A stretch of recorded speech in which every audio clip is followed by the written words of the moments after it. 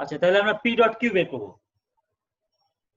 তো P dot Q সমান P এর মান ইন্টু কিউ এর মান, যেটা আগে বললাম যে যখন আমরা গুণ করব তখন মানে আইজেক এর সাহায্যে কোনো একটা ভেক্টরকে যখন দেওয়া থাকবে তখন আমরা সরাসরি গুণ করবো এভাবে, কারণ পি আর কিউ এর মধ্যবর্তী কোণ যেহেতু দেওয়া নেই, কাজেই P Q sine theta sorry P Q cos theta এই সূত্র ব্যবহার করে গুণ করাটা এখানে সম্ভব হচ্ছে না, আমরা এর জন্য সরাসরি গুণ করবো পি ডট চিহ্ন দিয়ে কিউ।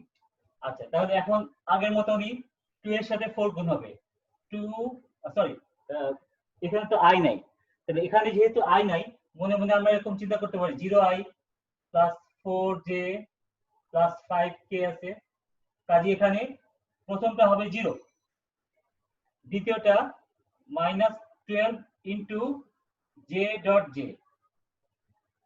পরেরটা plus 5 into k dot k। তাহলে এখানে হচ্ছে কি -12 প্লাস 5 -7 পি ডট কিউ হয়ে গেল। আচ্ছা, এবার খেয়াল করো যে এখানে বলছে যে পি এর উপরে কিউ এর লম্ব বিক্ষেপ, এটা বের করতে বলছে। পি এর উপরে কিউ এর লম্ব বিক্ষেপ, তো মনে রাখবো এইভাবে যে যার লম্ব বিক্ষেপ তার cos থিটা বের করতে হবে, যার লম্ব বিক্ষেপ তার cos থিটা। তাহলে কিউ এর লম্ব বিক্ষেপ অর্থাৎ কিউ cos থিটা বের করব। তাহলে পি এর মানটা বের করে রাখি, পি এর মানটা আমাদের কাজে লাগবে, পি এর মানটা বের করে রাখি। পি সমান 2 square plus -3 square plus 1 square, সেটা রুট এখানে আসে কত 9 আর 4 13 আর 14। আচ্ছা, তো যেটা বললাম যে পি এর উপরে কিউ এর লম্ব বিক্ষেপ বের করতে বলছে, তো যার লম্ব বিক্ষেপ তার cos থিটা বের করব, অর্থাৎ কিউ cos থিটা বের করব। এখন পি কিউ cos থিটা সমান পি ডট কিউ, উল্টা লিখলাম এখানে। তো এখন কিউ cos থিটা মানে বলছে যে পি এর উপরে কিউ এর লম্ব বিক্ষেপ, তার মানে কিউ cos থিটা বের করতে হবে। তাহলে কিউ cos থিটা সমান কি লেখা যায়, কিউ cos থিটা সমান P dot Q by P, এটা হচ্ছে পি এর উপরে কিউ এর লম্ব বিক্ষেপ। এই জন্য পি ডট কিউটা আর পি এর মান আগে বের করে রাখছি। তো এখন পি ডট কিউ এর মান হচ্ছে -7 আর পি এর মান হচ্ছে √14, তাহলে এটাই হচ্ছে কিউ cos থিটা অর্থাৎ পি এর উপরে কিউ এর লম্ব বিক্ষেপ। তাহলে এটাই হচ্ছে পি এর উপরে কিউ এর লম্ব বিক্ষেপ। দেখো এখানে অ্যানসার এরকমই দেওয়া আছে। ও, এই পরের পেজ নাই মনে হয় আমার কাছে, তো যাই হোক মানে এটাই হবে অ্যানসার, পরের পেজটা আমার কাছে নাই। আচ্ছা, তাহলে এখানে আরেকটা কাজ করি আমরা, এটা তো বের করছি, আমরা আরেকটা কাজ করি, সেটা হচ্ছে যে ভেক্টর দ্বয়ের মধ্যবর্তী কোণের মান কত সেটাও আমরা নির্ণয় করি। ভেক্টর দ্বয়ের মধ্যবর্তী কোণ, তো এইটুকু পর্যন্ত সবাই যদি তোলা হয়ে থাকে তাহলে আমি পরের অংশে যাব। 9 200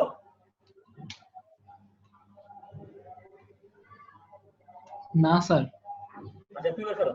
শেষ হয়নি। আচ্ছা চলো।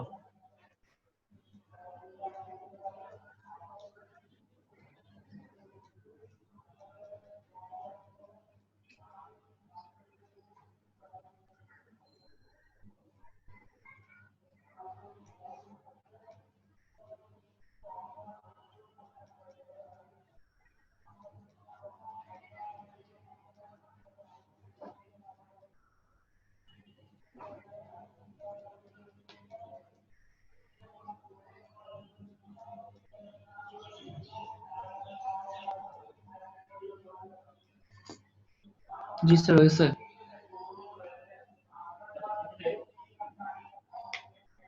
যদি বলা হয় যে ভেক্টর দ্বয়ের মধ্যবর্তী কোণ নির্ণয় করো, তাহলে আমরা কিভাবে নির্ণয় করব? দেখো এই মানগুলো আমাদের লাগবে, এটা মনে রাখো।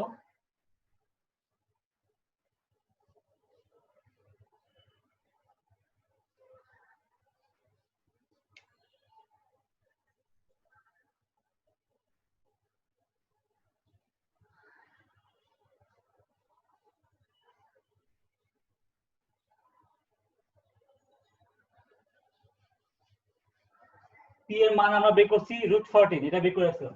এখানে কিউ এর মানটাও বের করে রাখি, কিউ এর মানটা হবে কি √4² প্লাস 5² কত হয় 16 আর 25 41 √41।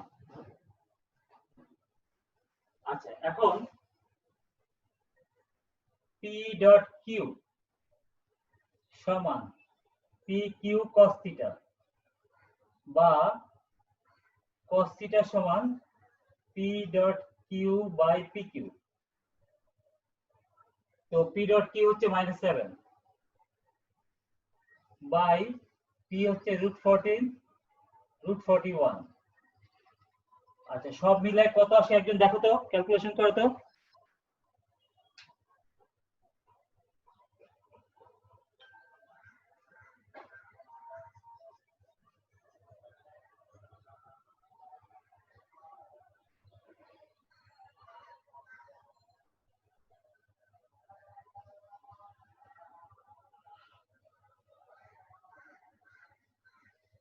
কি বের করছো, কত আসছে?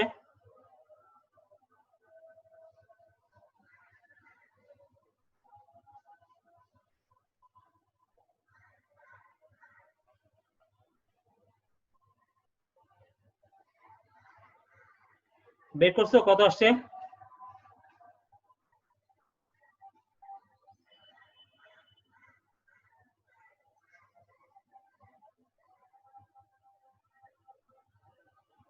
ক্যালকুলেটর নাই কার কাছে? -√574/32। পয়েন্টে বলো, পয়েন্টে বলো। স্যার -0.29 মানে যে 3 লেখা যায় 30। একটু নাই থাকুক, এটাকে cos ইনভার্স করো, cos ইনভার্স করলে কত আসে? মাইনাস চিহ্ন সহ কিন্তু cos ইনভার্স করবা।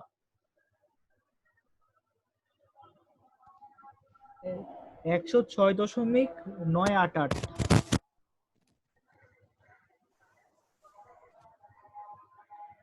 আচ্ছা প্রায় 107 ডিগ্রি। এটাই হচ্ছে ভেক্টরদের মধ্যবর্তী কোণ।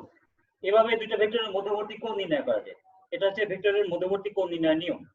আচ্ছা তাহলে ডট গুণনটা মোটামুটি এরকম, বা স্কেলার গুণন।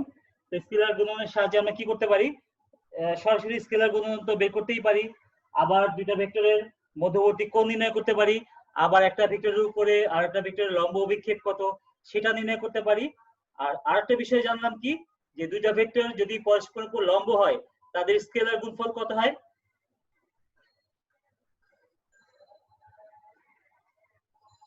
দুইটা ভেক্টর যদি পরস্পরের উপর লম্ব হয় তখন তাদের স্কেলার গুণফল কত হয়? 0 হয়।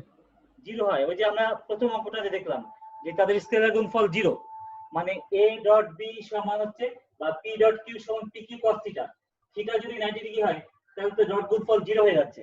কাজেই যদি বলা হয় যে দেখাও যে দুইটা ভেক্টর পরস্পর উপর লম্ব, তখন আমরা দেখাবো যে তাদের ডট গুণফল 0। যদি দুইটা ভেক্টরের ডট গুণফল 0 দেখাতে পারি তাইলেই বলতে পারবো যে এরা হলো পরস্পরের উপর লম্ব। পরস্পরের উপর লম্ব দেখানোর শর্ত হচ্ছে তাদের স্কেলার গুণফল 0। তো এটা লিখে রাখো সবাই।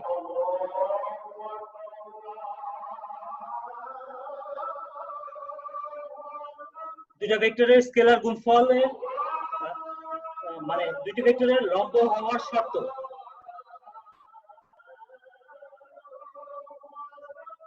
স্যার এখানে q√41 কই পেলেন একটু বলবেন স্যার? মানে এটাতে যে কিউ এর মান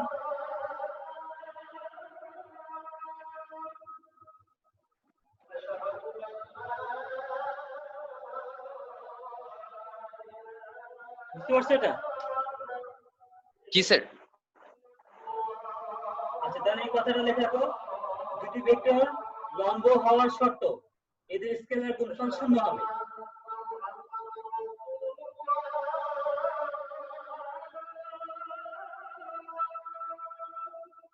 আচ্ছা আমরা পরেরটা দেখি।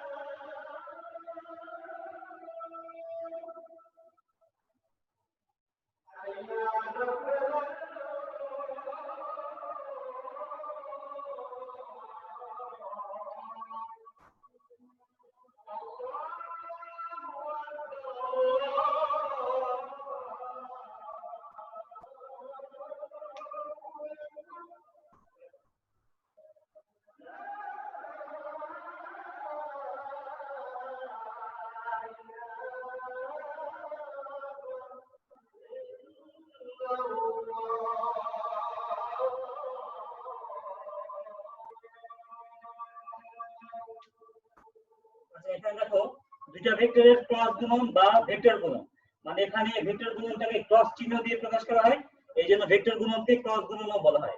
তাহলে দুইটা ভেক্টর রাশির ভেক্টর গুণনের নিয়ম কি?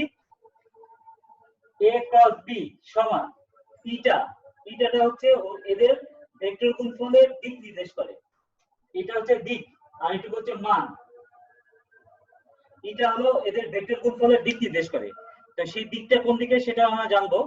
তাহলে দুটো ভেক্টরের ভেক্টর গুণফল হলো, ভেক্টর গুণফলের মান হলো, দুটো ভেক্টরের ভেক্টর গুণফলের মান হলো ভেক্টর দ্বয়ের মান ও তাদের মধ্যবর্তী কোণের সাইনের গুণফলের সমান। দুটি ভেক্টরের ভেক্টর গুণফলের মান হলো ভেক্টর দ্বয়ের মান ও তাদের মধ্যবর্তী কোণের সাইনের গুণফলের সমান। তাহলে আমরা বলতে পারি যে a ক্রস b এর মডুলাস সমান ab sin থিটা। তাহলে a ক্রস b এর মান হচ্ছে ab sin থিটা। আচ্ছা, এদের দিক ডান হাতি স্ক্রু নিয়মে পাওয়া যায়। ডান হাতি স্ক্রু নিয়মের কথা কি তোমাদের বলছিলাম? আচ্ছা, বলে থাকলে বলছি, আবার বলি। ডান হাতি স্ক্রু হচ্ছে যে স্ক্রুটাকে ডান দিকে ঘোরালে টাইট হয়, মানে ডান দিকে ঘোরালে সামনে আগায়, ওটাকে বলা হয় ডান হাতি স্ক্রু। যেমন এখানে দেখো a ক্রস b এদের দিকটা নির্ণয় করব। নির্ণয় করার জন্য আমরা কি করব, একটা ডান হাতি স্ক্রু নিব, নিয়ে a এবং b যে তলে অবস্থিত সেই তলের সাথে লম্বভাবে রাখবো। এদের কমন পয়েন্ট যেটা সাধারণ বিন্দু, সেই বিন্দুতে ডান হাতি স্ক্রুটাকে a আর b যে তলে অবস্থিত সেই তলের সাথে লম্বভাবে রাখলাম। রেখে এই ক্ষেত্রে প্রথম ভেক্টর হচ্ছে a, দ্বিতীয় ভেক্টর হলো b। তো এই ডান হাতি স্ক্রুটাকে এভাবে রাখলাম, রেখে এই স্ক্রুটাকে ঘোরাবো প্রথম ভেক্টর থেকে দ্বিতীয় ভেক্টরের দিকে। যেভাবে আমরা লিখছি এভাবেই প্রথম ভেক্টর থেকে দ্বিতীয় ভেক্টরের দিকে স্ক্রুটাকে ঘোরাবো। তাহলে ঘোরাচ্ছি কোন দিকে? a থেকে b, অর্থাৎ এটা ডান দিকে ঘুরছে না বাম দিকে ঘুরছে? তাহলে স্ক্রুটা a থেকে b তে ঘোরালে ডান দিকে ঘুরছে না বাম দিকে ঘুরছে? বাম দিকে। বাম দিকে। তাহলে স্ক্রুটা কোন দিকে আগাবে? সামনে যাবে না পিছনে যাবে? পিছনে। পিছনে যাবে। ওই পিছনে যেদিকে যাচ্ছে ওই দিকটাই হচ্ছে এদের ভেক্টর গুণফলের দিক। এটাই হচ্ছে ভেক্টর গুণফলের দিক। তাহলে ভালো করে খেয়াল করো, ডান হাতি স্ক্রু নিয়মটা কি? একটা ডান হাতি স্ক্রু নিতে হবে, নিয়ে সেই স্ক্রুটাকে রাখবো a আর b ভেক্টর দুটা যে তলে অবস্থিত সেই তলের সাথে লম্বভাবে রাখবো। রেখে প্রথম ভেক্টর থেকে দ্বিতীয় ভেক্টরের দিকে স্ক্রুটাকে ঘোরাবো। তাহলে প্রথম ভেক্টর থেকে দ্বিতীয় ভেক্টরের দিকে স্ক্রুটাকে যদি ঘুরাই, তখন স্ক্রুটা যেদিকে অগ্রসর হয় সেটাই হচ্ছে এদের ভেক্টর গুণফলের দিক। ঠিক আছে? তাহলে ডান হাতি স্ক্রু নিয়মে এদের দিক পাওয়া যায়। আবার বলি কথাটা, একটা ডান হাতি স্ক্রুকে ভেক্টর দ্বয় যে তলে অবস্থিত সেই তলের সাথে লম্বভাবে রাখবো। রেখে স্ক্রুটাকে যদি আমরা প্রথম ভেক্টর থেকে দ্বিতীয় ভেক্টরের দিকে ঘুরাই, তাহলে স্ক্রুটা যেদিকে অগ্রসর হয় সেই দিকটাই হচ্ছে তাদের ভেক্টর গুণফলের দিক। বুঝতে পারছো এটা? জি স্যার। ওকে, তাহলে ভেক্টর গুণফলের দিক এভাবে পাওয়া যায়, আর মান হচ্ছে এটা। তাহলে এই সমীকরণের মধ্যে এটার পরিবর্তে যদি a ক্রস b এর মডুলাস বসা দিই, তাহলে কি পাওয়া যায়? a ক্রস b সমান এটা ইনটু a ক্রস b এর মডুলাস। এরকম বলা যায়? বলা যায় এটা? ঠিক আছে না? জি স্যার। ওকে, জি তাহলে স্যার। এটা সমান লেখা যায়, এটা সমান লেখা যায় a cross b by a cross b এর মডুলাস। তাহলে এরকম বলা যায়। তাহলে কি বলা যায় যে আচ্ছা, ইটাটা কি? এটা একটা একক ভেক্টর, এই কথাটা খেয়াল করবা ভালো করে। এটা হচ্ছে এই একটা একক ভেক্টর। কোন দিকে একক ভেক্টর? a আর b ভেক্টর দ্বয় যে তলে অবস্থিত সেই তলের সাথে লম্ব দিকের একক ভেক্টর। তাহলে দুইটা ভেক্টর যে তলে অবস্থিত, ভালো করে খেয়াল করবা আমার কথাটা, দুইটা ভেক্টর যে তলে অবস্থিত তার সাথে লম্ব হবে যদি একটা একক ভেক্টর নির্ণয় করতে চাই, তখন ভেক্টর দ্বয়ের ক্রস গুণফলের মান দ্বারা ভাগ করলে এরা যে তলে অবস্থিত সেই তলের সাথে লম্ব দিকে একক ভেক্টর পাওয়া যাবে। ঠিক আছে? দুইটা ভেক্টর যে তলে অবস্থিত তার লম্ব দিকে একক ভেক্টর বের করার জন্য ভেক্টর দ্বয়ের ক্রস গুণফলকে তার মান দ্বারা ভাগ করতে হবে, তাহলে লম্ব দিকে একক ভেক্টর পাওয়া যাবে। তবে যদি বলে যে ভেক্টর দ্বয়ের একক ভেক্টরদ্বয় যে তলে অবস্থিত তার লম্ব দিকে একক ভেক্টর নির্ণয় করো। এখন লম্ব দিকে একক ভেক্টর বললে সেটা ওদিকেও হতে পারে এদিকেও হতে পারে। কাজেই সেই ক্ষেত্রে আমরা একটা প্লাস মাইনাস চিহ্ন দিব। প্লাস দিলে সামনের দিকের ভেক্টরটা বোঝাবে, মাইনাস দিলে ওদিকের ভেক্টরটা বোঝাবে। যদি বলে যে ভেক্টরদ্বয় যে তলে অবস্থিত তার লম্ব দিকে একটি একক ভেক্টর নির্ণয় করো, তখন শুধু আমরা প্লাস চিহ্নটা ব্যবহার করবো। আর যদি একটি উল্লেখ না করে বললো যে ভেক্টরদ্বয় যে তলে অবস্থিত তার লম্ব দিকে একক ভেক্টর নির্ণয় করো, তার মানে কি প্লাস এটাও বের করতে বলছে মাইনাস এটাও, তখন আমরা এটার সামনে প্লাস মাইনাস চিহ্ন দিব। তাহলে একটা সূত্র পাওয়া গেল কি,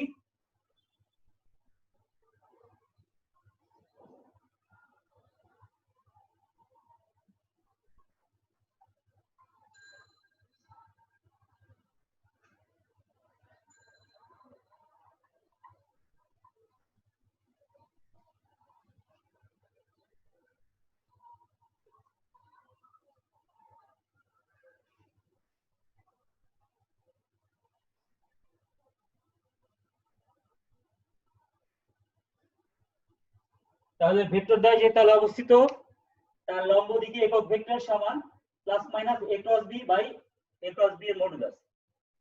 এটুকু বুঝতে পারছো সবাই? এটুকু বুঝছো তো সবাই? জি স্যার। ওকে, তাহলে আজকে এই পর্যন্তই। আমরা এই ক্রস গুণনের আরো দুই একটা ব্যবহার দেখব। সূত্র তো আমরা মূল সূত্রটা দেখলাম, এখানে আরো দুই একটা সূত্র আমরা দেখবো এই ক্রস গুণন নিয়ে সামনের দিন। তোমরা এটুকু ভালো করে দেখো, আর আমি এই ভিডিওটা আপলোড করে দিব তোমাদের গ্রুপে, ঠিক আছে? তো ঠিক আছে, আজকে এই পর্যন্তই। আসসালামু আলাইকুম স্যার। ওয়ালাইকুম আসসালাম। আসসালামু আলাইকুম। আসসালাম।